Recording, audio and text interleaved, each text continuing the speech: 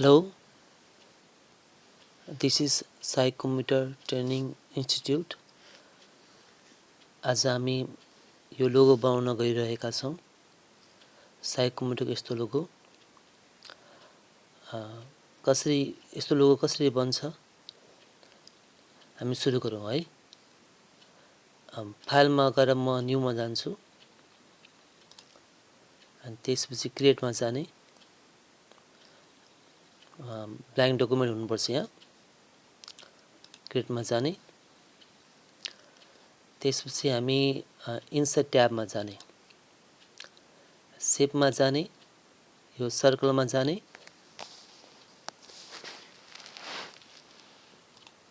सर्कललाई शिफ्टसँग थिचेर बनाउने।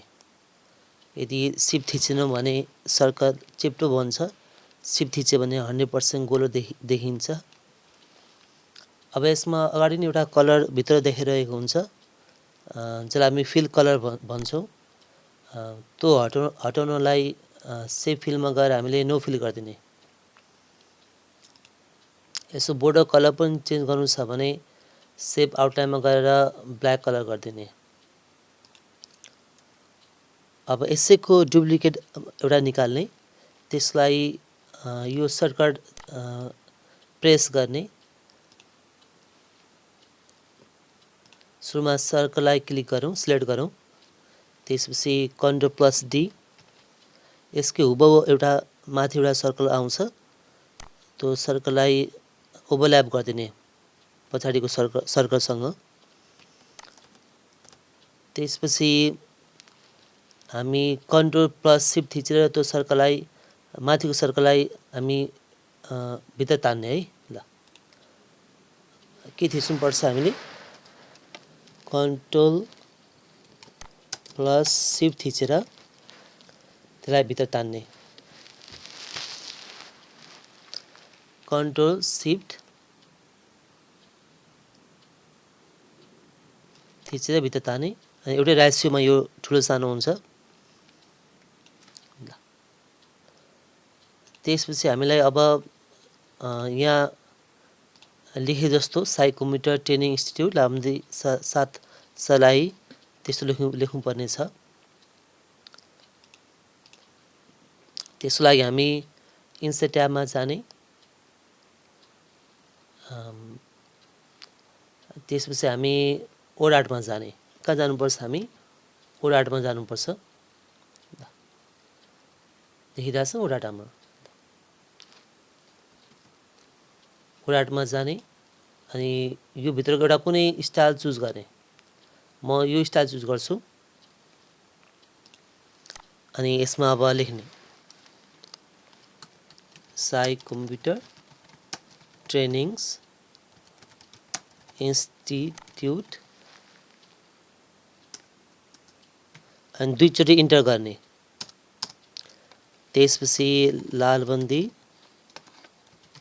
-7, सर्लाही भनेर लेख्ने। अब यसलाई हामीले गोलो आकारमा घुमाउनु पर्ने हुन्छ। हामी हेर्न सक्छौं यस्तो गोलो गरेर घुमाउनु पर्ने हुन्छ। त्यसको लागि हामी फेरि यहाँ टेक्स्ट इफेक्टमा जाने, यसलाई सिलेक्ट गर्ने, टेक्स्ट इफेक्टमा जाने, ट्रान्सफर्ममा जाने, त्यसपछि लास्टको नम्बरमा जाने, बटममा जाने। हामी देख्न सक्छौं टेक्स्ट इफेक्टमा जाने। म जुम गरिदिन्छु। टेक्स्ट इफेक्टमा जाने, त्यसपछि ट्रान्सफर्ममा जाने अनि त्यसपछि हामी लास्टको नम्बर बटममा जाने। बटममा जाउँ हामी। अब यसलाई रिसाइज गर्ने, वरिपरिबाट यसरी घुमाउने, रिसाइज गर्ने, भित्र ठ्याक्कै फिट गर्नुपर्ने हुन्छ। हामी यसलाई ठ्याक्कै रिसाइज गर्ने।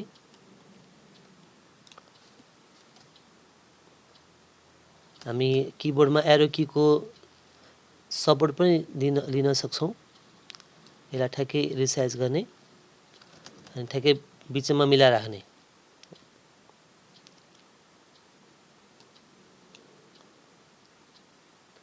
ल अब हामीले भित्र यहाँ देखाएको अनुसार हामीले ट्रायंगल बनाउनु पर्ने हुन्छ भित्र।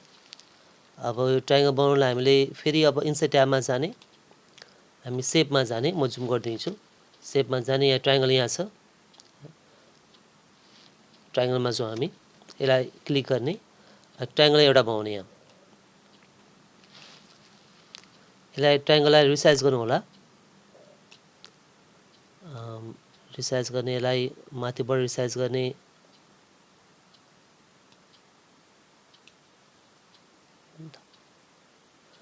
अब यसको नि कलर सेप फिलमा गएर नो कलर नो फिल गरिदिने यसको, अनि यसको बोर्डर पनि ब्ल्याक राख्दिने यसको। अब यसलाई हामी फेरि डुप्लिकेट गरौँ। डुप्लिकेट गर्नलाई हामीले योभन्दा अगाडि गरेका थियौँ, Ctrl+D थिचौँ हामी, ल यसो डुप्लिकेट बन्यो। अब यसलाई हामीले घुमाउनु पर्ने हुन्छ, यहाँ रोटेटमा जाउँ हामी, रोटेटमा गएर हामी यसलाई फ्लिप भर्टिकल गरिदिने, फेरि फ्लिप भर्टिकल गरिदिउँ, अनि त्यसै एरो कीबाट सायदबाट, किबोर्डको एरो की, डाउन एरो की सायदबाट यसलाई तल ल्याउने अनि मिलाएर राख्ने। ल अब हामीलाई भित्र यहाँ किताब चाहियो, किताबको लागि हामीले फेरि हामी इन्सर्ट ट्याबमा छौँ। अब यसको लागि चाहिँ हामी बक्स बनाउनु पर्ने हुन्छ। टेक्स्ट बक्समा जाने, बक्सलाई यहाँभित्र एउटा ड्रइङ गर्ने, ल बक्स बनाउने, अनि बक्सभित्र किताब राख्नलाई फेरि इन्सर्ट ट्याबमा जाने, अब अन्तिममा जाने, सिम्बलमा जाने, अनि यहाँ किताब हुन्छ, किताबमा क्लिक गर्ने। कहिलेका किताब यहाँ नआउनु पनि सक्छ, त्यो बेलामा चाहिँ मर्ज सिम्बलमा जाने, अनि यहाँ माथि एउटा फन्ट हुनुपर्छ हाम्रो विन्डिङ्स, यो फन्ट चाहिँ हुनैपर्छ। अनि किताब यहाँ छ, किताबलाई सिलेक्ट गर्ने, त्यस इन्सर्ट गर्ने। अहिले हामी यहीँ देखिरहेको छ अगाडि नै, यहाँ जो किताबलाई राखौँ है, किताबलाई सिलेक्ट गर्ने, होम ट्याबमा गएर यसो साइज बढाउँछौँ माथि गएर, फन्ट साइज, जसलाई हामी फन्ट साइज भन्छौँ। त्यसलाई किबोर्डबाट पनि बढाउन सकिन्छ, त्यसलाई हामीले सर्टकट की तरिका पनि छ, Ctrl+Shift+ ग्रेटर देन सिम्बलबाट बढ्छ, लेस देन सिम्बलबाट चाहिँ घट्छ हाम्रो।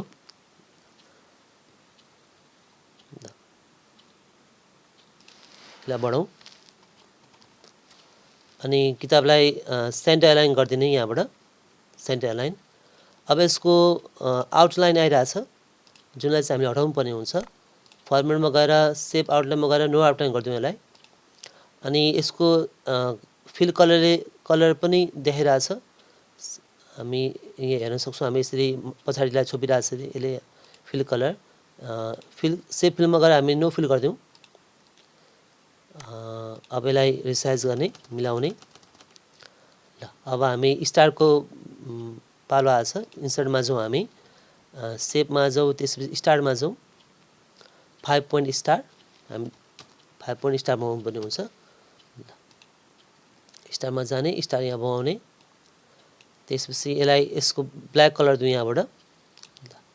अब यसलाई डुप्लिकेट गर्नलाई हाम्रो सर्टकट की थियो Ctrl+D थिच्ने, अनि त्यसपछि यसलाई समातेर हामी अगाडि जाउँ, ल यहाँ राखिदिने यसलाई, ल अनि यसरी के हुन्छ हाम्रो साइको लोगो भन्छ, साई कम्प्युटर ट्रेनिङ इन्स्टिट्युट, यसरी हामी लोगो बनाउन सक्छौँ। Thank you.